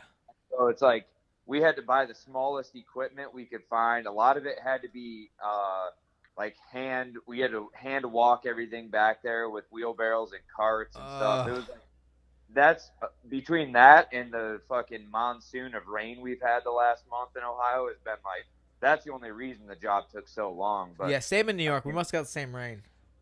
Yeah, I think it goes from there to here, because I know I got in Jersey today. We had a little bit of rain from Ohio yesterday. So yeah, if it's in Ohio and then it's in Jersey, it's probably coming to Long Island. Yeah, once it hits the water. It'll be nice when it's just sunny for a little while, because it hasn't happened yet. I think tomorrow. We're due for some good days. Yeah. So what are you doing now? You're just getting ready for this next fight. Where do you stay? Well, hang on. Before we get into that, so real quick, so you have this hardscape slash landscape business. So after you're done fighting, is that the move? Is a transition and just do that, and that will be your career path? I think that'll be a piece of it. That'll probably be like one thing. Okay. I'll do. Because we had Tito Ortiz on a long time ago, or a while ago, and he said every millionaire has to have 5 sources of income. Is that the goal for you? Yeah, I think that's definitely one thing that you have to do. I feel like nowadays anybody can't really just have one source of income, no matter whether it's like a single mother. They usually have 2 jobs and they're working 12-hour days or whatever it is, and you see that with people just trying to live everyday life. And I think to be able to succeed at like a high level of income, you have to have your hands in. I mean, five things probably sounds about right if you're trying to have a high source of income. That's for sure. Oh yeah. What are you pointing at, Menace? The title. How did that happen? So, Stan, as you had another question. What was my other question? I was asking him where he stays when he's in New Jersey, because I know all those guys are real close. Are you staying at somebody's house? What do you do when you go to New Jersey to train? No, I got a townhome out here, just a 1-year lease on a rental, so I can have my wife and my dogs come out here whenever they want to come in town on the weekends and stuff like that. But my one dog isn't really dog friendly, so I wouldn't feel comfortable with staying at somebody's house and then bringing him there anyway. Right. But does your dog attack people? Wait, does your dog attack people or just other dogs? No, other males. He's really dog aggressive toward other males. I'm not stereotyping, but is it a pit bull? Yeah, he's an American bully. Okay, because my older brother has an American bulldog or American pit bull, and at a young age he had like a fallout with another pit bull, and ever since then, if she sees a dog, it doesn't matter. It's on, like attack, kill. And my brother has never like pushed her to attack other. It's so annoying for him. It's so annoying. For me too, because we can't even board him at we have to board him in like a private room at the boarding place, like where he has his own inside and outside little pen.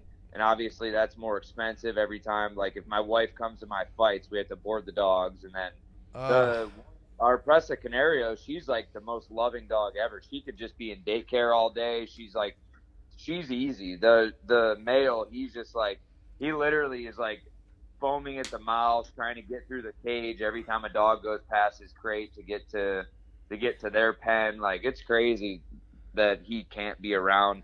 And he gets like, he'll come home from the boarding thing after my fights and he'll just sleep for a whole day because his anxiety is just so crazy.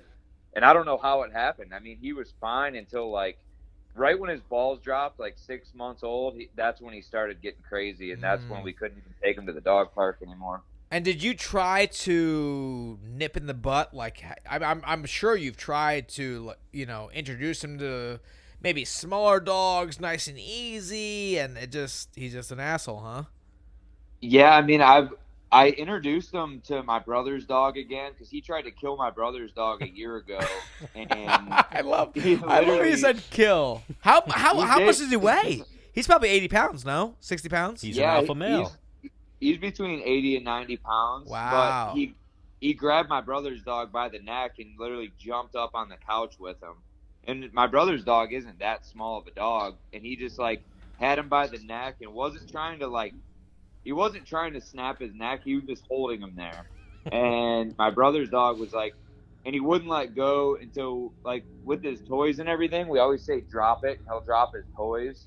And after, like, a couple minutes of trying to get him off, my wife would just, like, drop it. He just let go and then walked away. Jeez. So that was, like, that was the worst one. And that was, luckily, my brother's dog was fine. And luckily it was my brother's dog because anybody else would probably have him try to be put to sleep or something. I have a couple crazy. I have a couple funny stories now. And he's just protecting his parents. No. He's protecting his parents. He's just an I mean, yeah, he's just an aggressive dickhead, like yeah. He wants to be the guy, yeah. No, cuz like my brother's dog, I'll give you 3 incidents right now. Which brother?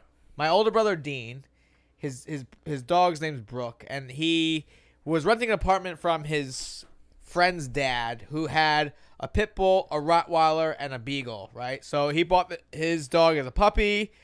They were all running as like a little pack, great time.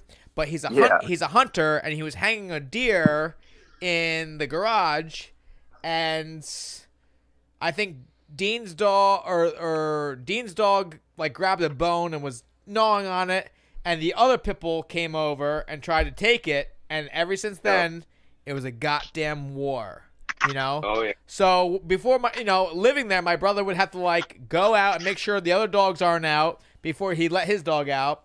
So he's at work at my father's house, and his wife calls him. Dean! She's out of breath like, Dean, help! Like they're fighting. So Dean is like, oh, fuck. So he drives about 20 minutes to his house. By the time he gets there, the dogs are exhausted. They're just gnawing on each other's like foot Nibbling. No, like full latch, but like they're so tired that they're not like ripping, just like, But these dogs, these pit bulls and I get where people where they get the bad name, but they're actually not that kind of breed. Yeah. And like, because these dogs can be in a full fight, and who my brother was renting from, he's a goddamn lumberjack. The guy's like 230, he always wears like steel toe boots. He's that guy, Yeah. These two dogs are going at it. He's legit fucking full kicked them in the side to break them up, and no, they kept going. They're crazy. No, they're a different breed of dog, that's for sure. Like, they're built for that. My brother's pretty sure his dog has killed another dog. Legit. But legit. Pit bulls do get a bad reputation. They're all like, sometimes you get that crazy one. Well, you could train them to be complete animals. I had a pit bull from 9 to 21, and it was an amazing pit bull. When when it fought another dog or bit a person, even you told it to stop, it stopped. Hang on, Stan. But that's at the same not a time, good dog. What? No, you know what I mean.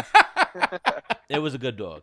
So the only time, and even Lance, you'll see it. I mean, whenever when I was a little kid, not that I'm an adult and I'm getting into fights and my pit bull's jumping in. When I was a little kid and a fight would break out, my pit bull used to like grab a pillow and start going crazy with the pillow. Or if it ever bit someone, the second ripping the pillow apart, almost like stop fighting. You know what I mean? Like telling people to stop fighting. That sounds like an awful dog. No, my pit bull was I'd really be well behaved. Pissed. Like, they're the most loyal dog, that's for sure. Like, when he loves people. And he loves kids, like he loves babies, kids, like all my nieces and nephews. Like, obviously they're scared of him because he's a monster of a dog, but they love him because he just loves to play and he'll chase the ball and play fetch. Like, he's been great around every kid, every person. He just fucking hates other male dogs, and it's like I always have to have his shock collar on and have like 100% attention on him when I do bring him around my parents' dogs. I just did it last weekend on Saturday, and there was a couple times where he went after my dad's Saint Bernard, but I was able to kind of diffuse the situation. But with the shock collar? Well, I didn't even have the shock collar on at the time. I just literally, the dog was sniffing his ass, and he got pissed, and that's what triggered it. But other than that, he was fine the entire day. You know what's weird? Stan gets mad when I sniff his ass too. Yeah, it's like if somebody was. I even told my dad, I was like, if another dude was sniffing your ass, wouldn't you get pissed too? Well, that's how they say hello. No, it's different. It's like if I shook your hand and you got pissed. But I think it's more of like a dominance thing that a dog. Yeah. Like if it's an aggressive dog, they probably think like this motherfucker's gonna try and hump me. Yeah. That's what I know. Lance, that's what I think every time Menace sniffs my ass, like he's about to start humping me. And I do. You've met him. You know Dennis. He's a sick fuck. Oh, dude, I tell him I'll stop when I'm done. So, Lance, one of my favorite things is your nickname is The Party. Yes, sir. How many weeks out before a fight do you cut it back? Off. Can I cut you off real quick? Go ahead. How did you get to – what made you go, like, my fight name is The Party? Or who gave it to you, rather? I didn't even have the choice. I got it from Faber because of a story he heard from when I was in college. Can I hear the story? Yeah. So, and I don't even know where he originally heard this from. I think it was more of like a telephone thing where someone else heard it and told him. Urban legend. Got you. But, okay. So it was like the first week of school. Well, it was actually before school started, my freshman year of college. And all the athletes had to meet at this auditorium. And it was basically just an athlete meeting with the AD and assistant ADs and all the coaches. And I couldn't find the building because obviously I was new there. I had no clue where I was going. I walk in like 5 minutes late, but I walk in like down at the bottom of the auditorium, like where they were talking to the athletes. And I walk in and everybody just like looked at me. And the first thing that came to mind, because I always watch Old School, I was just like, I'm here for the gangbang. Wow. And all the athletes were like laughing and shit, but like the head coach, the AD, all these other people were just like looking at me, and I just got like the stink eye. What grade were you in? I tried to find the other wrestlers and just like get up to where they were. What grade were you in? What's that? What grade were you in? This was my freshman year of college. Wow. Confidence out the roof. I had no choice. I was always that way. So I was just like, fuck it. I got to say something that's going to get these guys to laugh. But Jeez. that was how, I mean, obviously, like, I fucking love to party. Like, for how well I did in college wrestling, it's kind of surprising for the amount. Like, I knew how to turn it off and on, but I partied a shitload in the off season. Yeah. So that was like the main thing that got me my nickname, I think, was that story. And then Faber loved it. So he was like, dude, you should be the party. I was like, well, you don't really give yourself your own nickname, I don't think. So whatever. Yeah, you don't. Yeah. And Party Palmer, it goes well.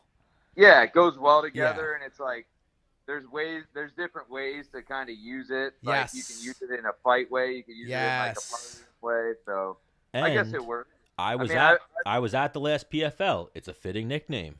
I was at the after party for the last PFL. This guy parties. Yeah. Like for example, I can only think of his fight name right now. Last Call. Oh, Danny Castillo. Danny Castillo. Yep. Because he got that from being at the bar, and when Last Call came around was when he would try and pick up a chick and take her home. Ooh, I love that. Now, did Urijah give him that name too? I think Urijah did, yeah. Urijah came up with a lot of the nicknames like Money Mendez. First it was Money Shot Mendez, and then the WEC was like, well, you can't say Money Shot. I remember that. That's like coming on somebody's face. Yeah. So Money Mendez like became his name instead of that. And he was Money though. It was fitting. Oh, well, sure. When you think of Money Mendez, you think of someone who's like luxurious and like spends a lot of money, which is not his. That motherfucker Urijah is pretty witty. Now I'm realizing he came up with all these nicknames too. That's amazing. Yeah, you would think Money Mendez would be something like. Well, he said, hang on. I'll tell you why Urijah said Money Mendez is because he's a fucking sick shot with anything. Yeah. A bow and arrow, a gun, like, yo, that was a money shot. Oh, even I remember watching Mendez or knowing Mendez a little bit from wrestling. He had an unbelievable double leg, and even in MMA, unbelievable double leg.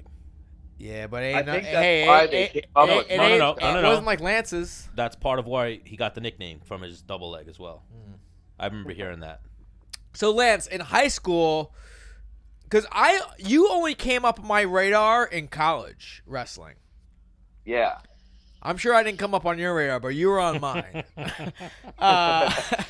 But in high school, like, were you in like USA Wrestling magazine and shit?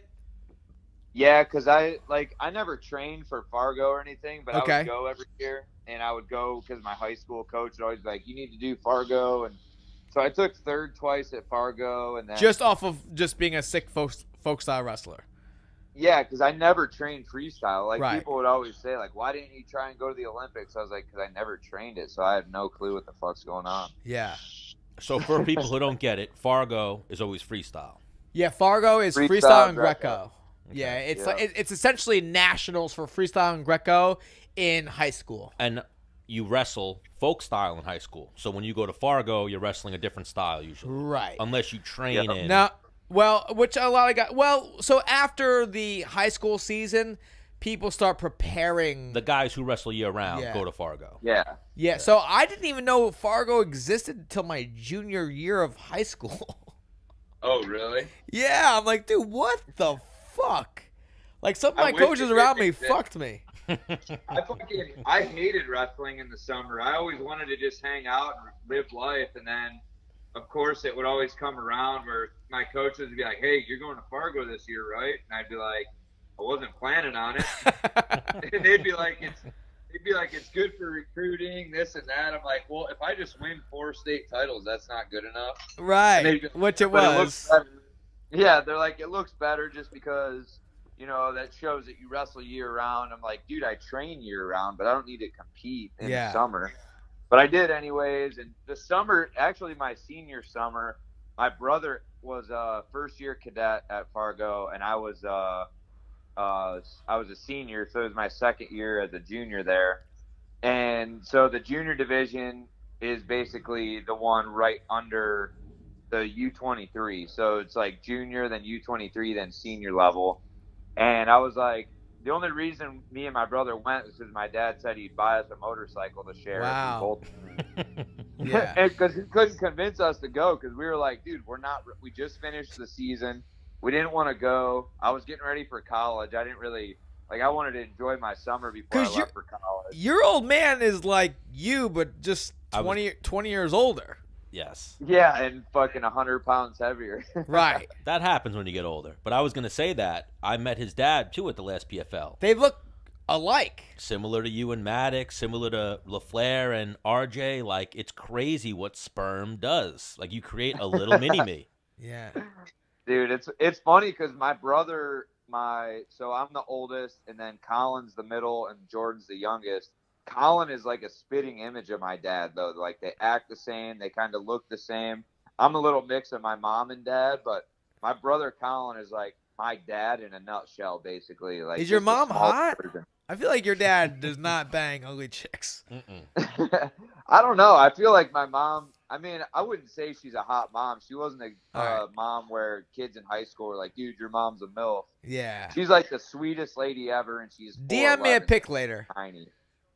All right, I'll send you one. I'll try and find a naked one somewhere. Oh my God, though. So, Lance, middle child syndrome. Did it exist for you? No, he's the oldest. I'm the oldest. Idiot! He just said he's the oldest. I misunderstood. No, you're stupid. So, oldest brother. So you were always beating up your younger brothers. That's what I was getting at. What kind of fights were going on in the Palmer household growing up? I actually used to break up the fights between my middle and youngest brother because they would always be playing like video games or fighting over something because they shared a bedroom for a while. Well, what's important right now is what's the age difference between the three of you guys? Because I'm one of three. My youngest brother and I are 5 years apart. My middle brother and I are like 3.5. All pretty close, similar to you guys. Well, so. My older brother's 5 years older than me. My younger brother's 2.5 years younger than me. Yeah, so you guys are kind of. Yeah. You have a closer. Are you closer with your younger brother? Yes. Or older? Yeah. My younger brother. But my older brother lives closer, so we see each other more often. I mean, we're all very, very, very close, you know. Yeah. But like through childhood, my older brother, again, he's 5 years older. He was like. In high school, he was like going out and partying every night, so I didn't even see him. Yeah. It wasn't until like I could drink that I was like, dude, we're like best friends. So when I was like 19, I was coming home from college, like, Dean, yeah, fuck yeah, like you're so cool. He would take me to bars and get me wasted. You were awesome the whole time, and I didn't know. Yeah. No, but but in high school, he also set like very high bars for me to beat. Yeah.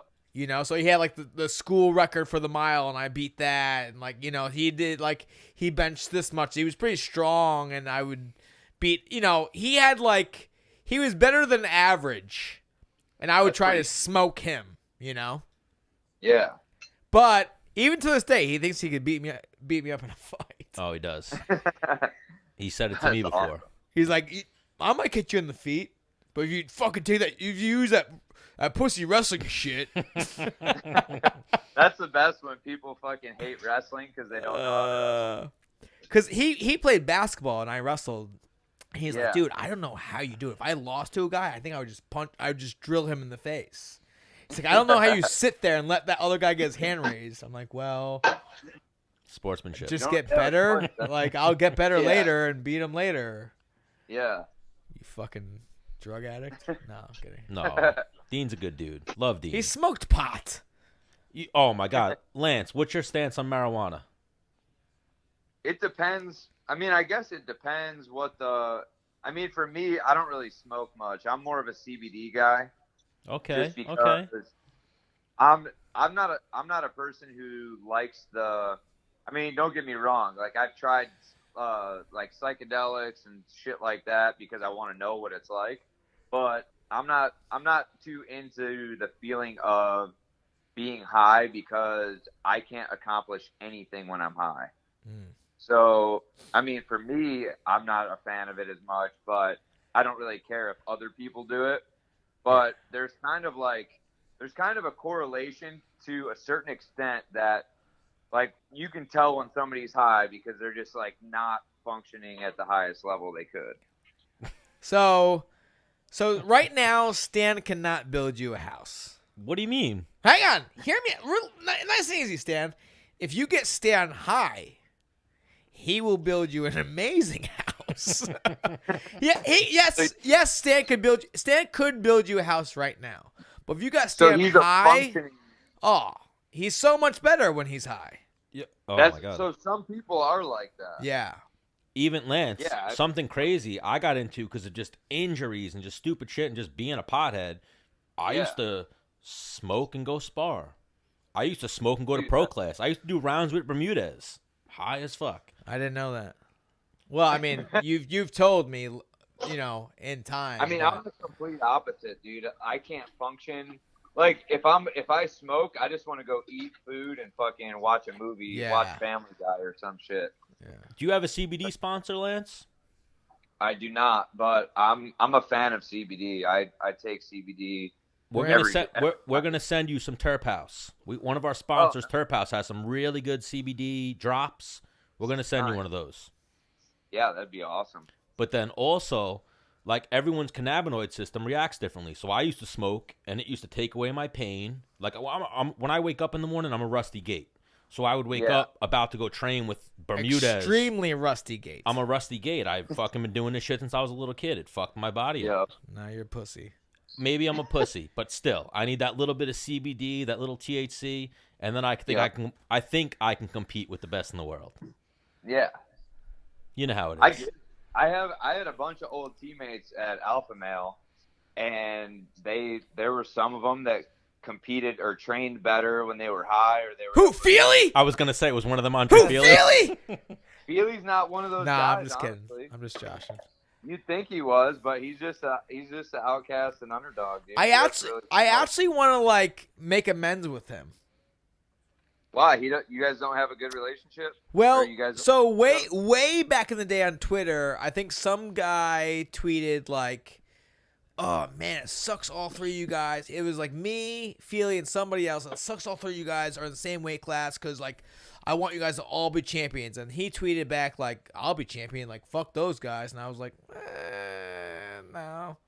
And then when I accepted the fight with him, he was coming on my fan page and, like, I would say something like, my next victim. He's like, yeah. And he was, like, commenting, like, yeah, you wish. I'm like, and I was like, really? Like, bro, you're a vegan. Like, I'm going to thrash you, And then the split decision went his way, and I was like, I lost to a vegan. Man, I underperformed and lost this fucking guy.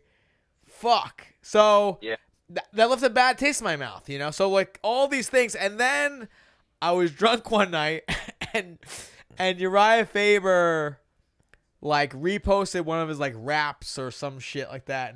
And everybody was like, trash. And I was like, yeah, this is fuck. And I was drunk. I was like, yeah, this fucking sucks. He then came in later and was like, yeah, just like your record. And I was like, yeah, you pussy, let's run it back. He's like, no, I don't want to compete with people that are relevant. I was like, yeah, you're fucking scared. And, like, it just kind of, like, stopped there. And I was like, ugh, you motherfucker. Dude, but he is a good fighter. I get the game, if you will. He tried to come up. This is after Conor McGregor made his waves with, like, talking some shit and the mental warfare. I get it. Trying to create something. Yeah, I get it. Yeah, but but the thing is, like, I don't think me and him are both, like, big enough stars that anyone, like, caught on. Seven likes, one retweet. So no, not even. Like, it was on Facebook. Yeah, he was on my Facebook fan page. Nobody. Yeah, so I was just like. We want to get him on the show one day. I think I'm gonna swallow my pride and, hey, you beat me. But and now, so Lance, you consider yourself always an alpha male fighter, right? Even though you're with Mark Henry now. I mean, my roots are always going to be from alpha male and like Faber getting me started in the game and shit like that. But I mean, I'll always have a connection with those guys and a relationship. Like there's like Joe Benavidez is one of my best friends. You were his best man. Love Benavidez. Yeah. Dude, I fucking love Joe, and he's like, about to fight this week. I'm going out to corner him in Minneapolis, and like I'm always gonna have connections with those guys. Like I just talked to Last Call earlier today because he's at his the girl he has a baby with lives in she doesn't live there, but her family lives in Ohio, and they just went there today. So I was texting with him because he was seeing if I was there. Like I talk to those guys all the time. I just talked to Guida earlier today. He's kind of like an honorary alpha male guy. So, I mean, I'll always have a good relationship with all those guys, but that was like, that was a good time in my life, but I feel like I wouldn't say outgrew them as like people, but I felt like I outgrew that situation and needed to move on to something else. Yeah. So I went to Alpha Male back in 2009 for a week. And by the end of the week, Uriah was, same thing you got, and then you acted on it. He's like, dude, you should move out here. And I was like, yeah, Urijah Faber? Like, you want me out here? I'm 1-0 pro, bro. I get why you want me out here. I'm 1-0 pro. Yeah. And, but in that whole week, Joseph Benavidez, when I left that week, I was like, dude, that's my fucking guy. Yeah. Like, Joe fucking love that dude. And I get why when me and you met because of me and Joseph's relationship, why, like, you were his best man. Had I moved out there back in 2009, I tell you what, I would have been his best man. Sorry, Lance. You guys might be best friends, too, right now. Oh, my gosh. Dude, I'd probably be freaking Jay and him-o. I'm saying even you and Lance might be best friends. I know. That's what I'm talking about. I'd probably be, like... You'd be on the other side of the phone. You'd be skiing with Benavidez and Lance Palmer, probably. And doing hardscaping. Dude, I think we would. I'd be shaving their pubes and... Sorry, I got carried away. Oh, for sure. Yeah. And even that, Lance, like I was going to say, when we started this show, Menace and The Man, including Menace, we were kind of 0-3 against Alpha Male. Then we got Uriah on. We considered that a win. Now we got Lance Palmer on. We'll take that as a W. So now we're 3-2 against Alpha Male. And we beat Clay Guida, or Menace beat Clay Guida. Yeah, but he wasn't Alpha Male then. Now he is, though. We'll take that dub. He remembers that day. Who was the? What do you mean we, Stan? I did all these things. I just said he, not we in that statement. But yes, Menace did those things. Stan's always who trying was to the three, coattail. or who were the two that didn't come on? I lost to fucking... Elkins. I lost to the retard Elkins.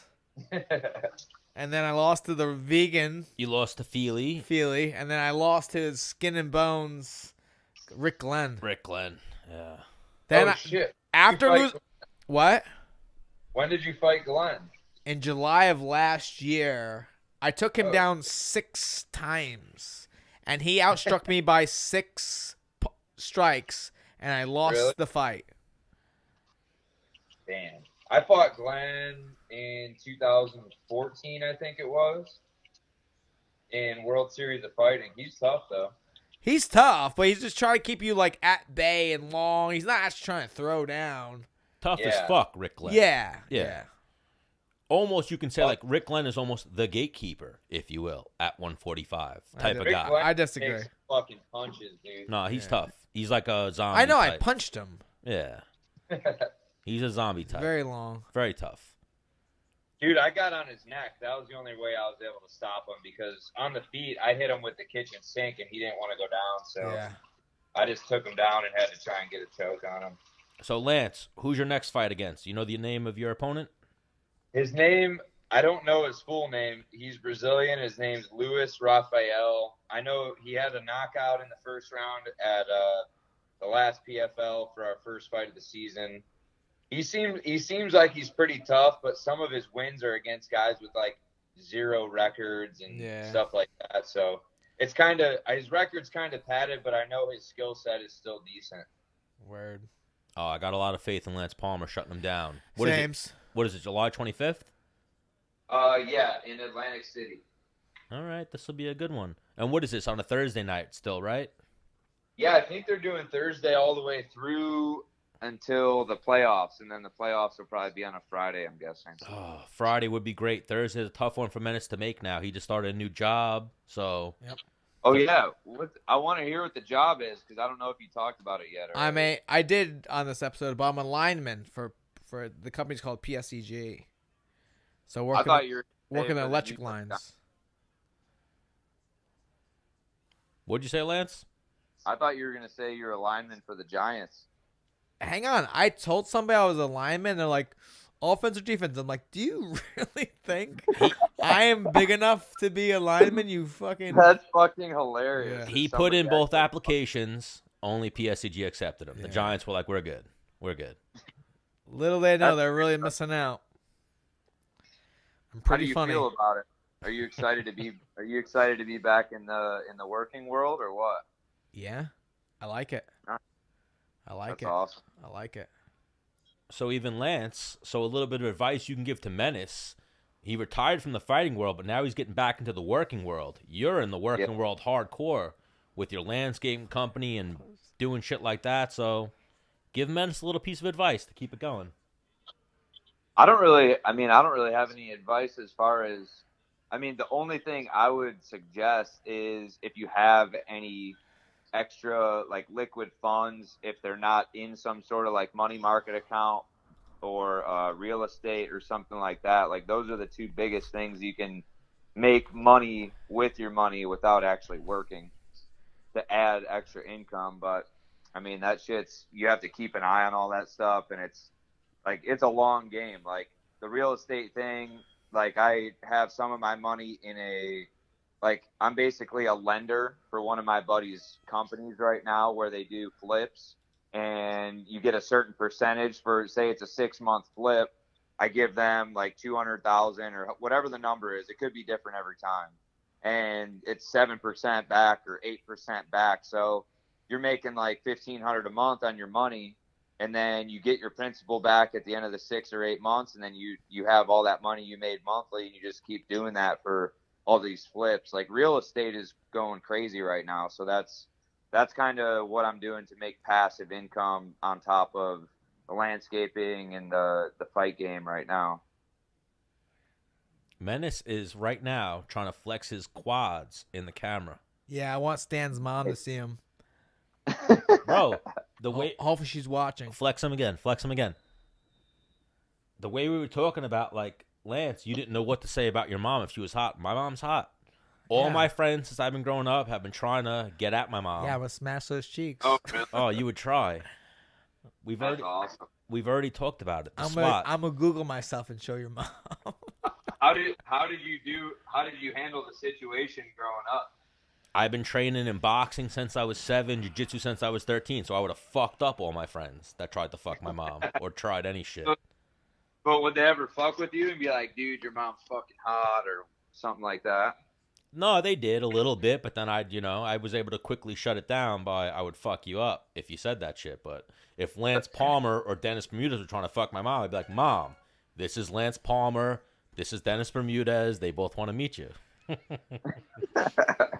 I want them to be my father. No, you can't replace the original Stan the Man. Yeah. But Lance Palmer, Lance the Party Palmer, we want to thank you for joining us. And after you win this next PFL fight, we want you to come back on, maybe in studio. Maybe we'll see what we can. How long are you in Atlantic City for? I'll be in Atlantic City that entire week, but then, I don't have shit to do. I'm gonna drive back to Ohio eventually, so I could drive wherever. Yeah, bring that freaking track hawk over here, dude. Oh, so you're driving from New Jersey to Ohio? It's not that far. Yeah, because when I drive back after a camp or before a camp starts, I usually drive so I have a car here. Or I'll fly, because Philly's too far. You can't just leave your car at the airport for a month. You could, but it'd be expensive. Heard that. So what we're shooting for is after you win this next PFL fight, maybe Friday night, Saturday night, me, you, and Menace might get together for some drinks. That's a good idea. Where are you guys at? Located? The middle of Long Island, but where you fought last time. Yeah. Oh, nice. Yeah. But like That's Mark not Henry, bad. It only takes about 2 hours without traffic. Yeah, well, Caitlin Chukagian travels from Amityville to New Jersey on the daily, so it can't be that far. Hour and a half. Partying with Lance Palmer might be worth it. Heard that. Let's do it. We'll do it. We could do a whole episode where we just get hammered and talk about stupid shit. Yep. All about it. On a Friday or Saturday, though. Like I said, Menace got this new job. He's a lineman now. Making big things happen over here, Lance. We should, well, it's still early, but we should just go to your job and crash your job while you're working and just have a podcast there. Ooh, I like that, Lance. But we don't want him to get fired. But at the same time, I would just say I don't know you guys. Nah. You guys actually can't get in. You got that Tom Wade, Rich Schaefer connection. They'll be like, you know what? Go interview Dennis. Or they're like, look at this guy climb. He's a goddamn natural animal. We need him. Ooh, that's a good idea. Lance, thank you. When you're in town, we're going to show up on Menace's job and do color commentary for him doing his job. Wow. Like, wow. Yeah, exactly. That'd be sick. Look at that stroke on this So look at Menace right now, the fastest climber in his group. And we'll take a shot every rung he goes up. Wow. Dude, that's a good idea. You guys actually die. You guys would die. Nah, we'll be all right. Nah, you die. All right, Lance the Party Palmer, we want to thank you for joining us. We finally got this done. Don't be a stranger to Menace and the Man. We think you're one of the most charismatic, entertaining guys in MMA, so we're going to make you a regular. Yeah, and I feel a certain type Do of it, man. I feel a type of way about you with your cars and your tan and your muscles, your fighting ability. Dude, we should ride shirtless in the Trackhawk once I get up there. I mean, for sure. I mean, duh. After talking to Lance Palmer a little bit, you guys were almost best friends. Yeah, I think we're about 3 hours away there. We have similar interests. Yeah. I think we got something going Yeah. here. Yeah. One of those things. Had Menace gone to Alpha Male, not Long Island MMA back in the day? Oh, yeah. Best friends right here. Definitely. All right, well, Lance Palmer, thank you again for joining us. Good luck in your fight in, 4 weeks, 6 weeks? What do you got? 4 weeks. Yeah, a little over 4 weeks right now. Get it done. Hell yeah. Thank you guys for having me on. I'll talk to you soon. All right, brah. Later, dudes. Bye. You're the man, Lance. Talk to you soon. Later. Good egg right there. Well, see you later. Oh, that's your wrap-up right there? Yeah.